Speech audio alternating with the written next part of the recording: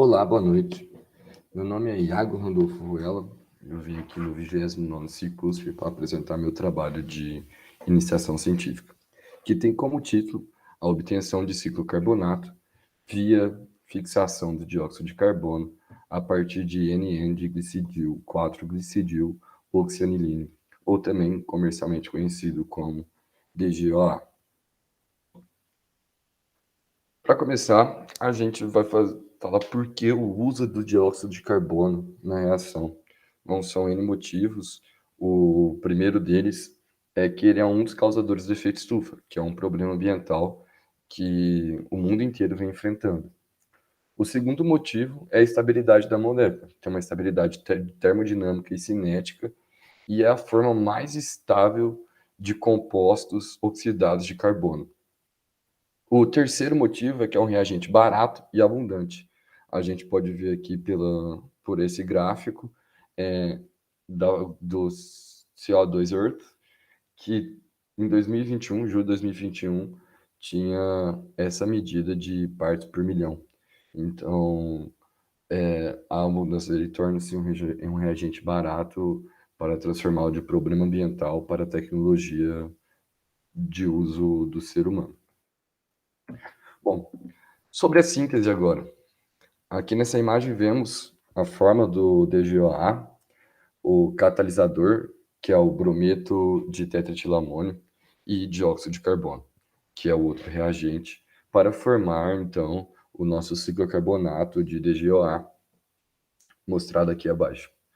Toda a síntese é baseada na síntese de Lima 2020, que foi feito com o poliepóxito PDMS, sintetizando o ciclocarbonato de PDMS.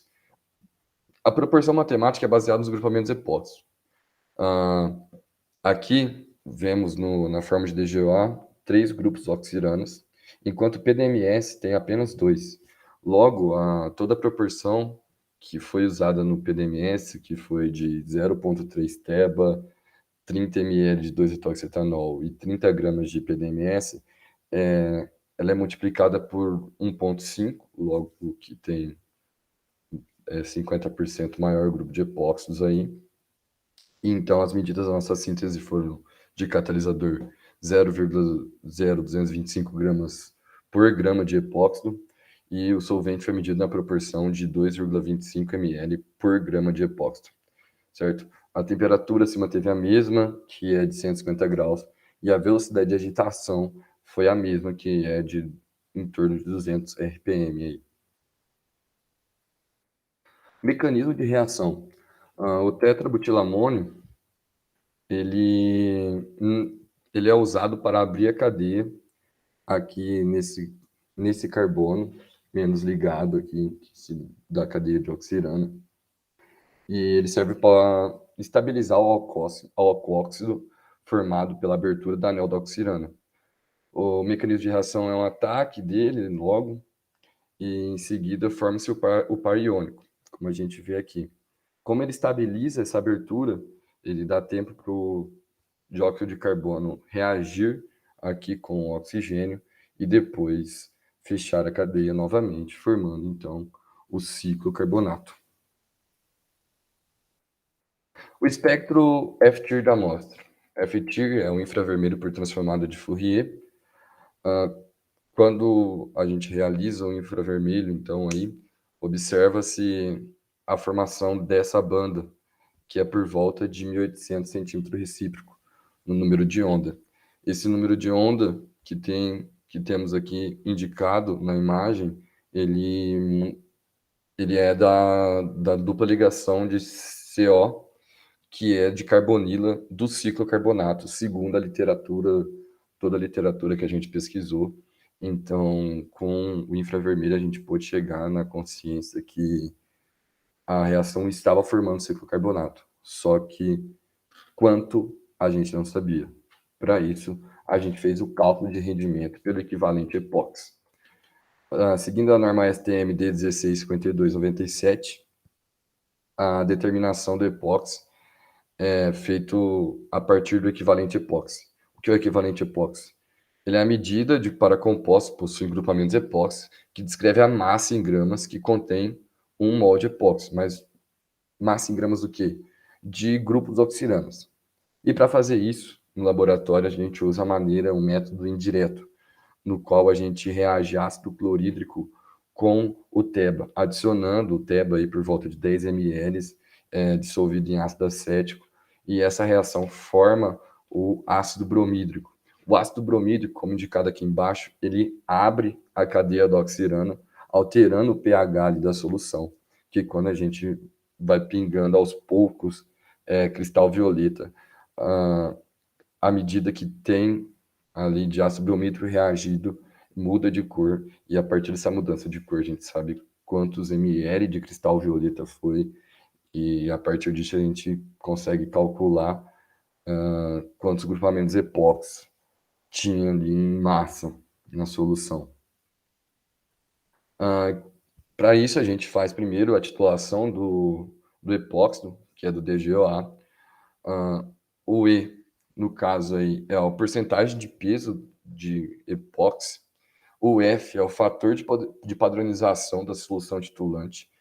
O V é o volume da solução titulante. E o WD aí é a massa da amostra que a gente tem. Logo nessa tabela, a gente mostra como faz, é pesado rigorosamente.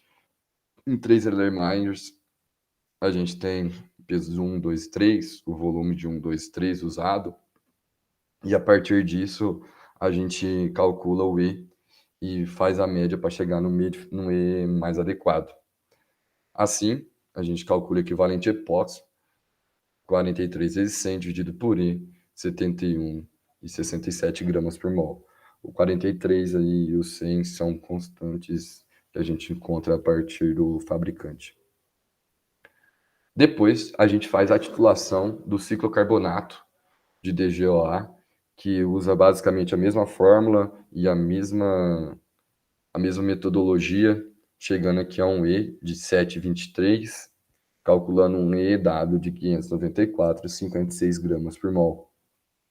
A partir disso, tendo o E dos dois, que é a porcentagem em peso de epóxi, né, a gente consegue calcular o rendimento, que é a fórmula mostrada aqui, que é o EDGOA menos o B de CCDGOA, dividido pelo EDGOA vezes 100, e mostrou que a gente chegou no rendimento da reação de 87,95%, quase 88%, aí, um rendimento muito alto. Esse rendimento muito alto leva a gente às considerações finais. Quais são as nossas considerações finais? Que o bom rendimento indica que o método utilizado, produzido por Lima lá, não é só uma boa solução, mas como ficou constatado que ele pode ser aplicado em outros epóxitos, não só no PDMS, mas no CCDGOA já também, com bom rendimento.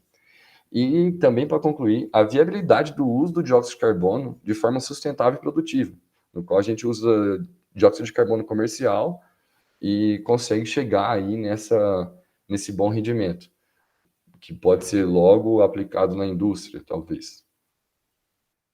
Aqui estão as referências do trabalho, a maioria deles aí do grupo de materiais híbridos inorgânicos do Instituto de Química de São Carlos, e agradecer então à Universidade de São Paulo pela oportunidade de apresentar o trabalho de iniciação científica em um evento tão grande, a todo o grupo de materiais híbridos inorgânicos do Instituto de Química de São Carlos, especial ao doutorando aí, Anderson, e o orientador professor Dr. Birajara, por todas as dicas e ajudas que eles têm me dado durante esse projeto, e a FAPESP, por todo o apoio financeiro. Ademais é só, muito obrigado e até a próxima.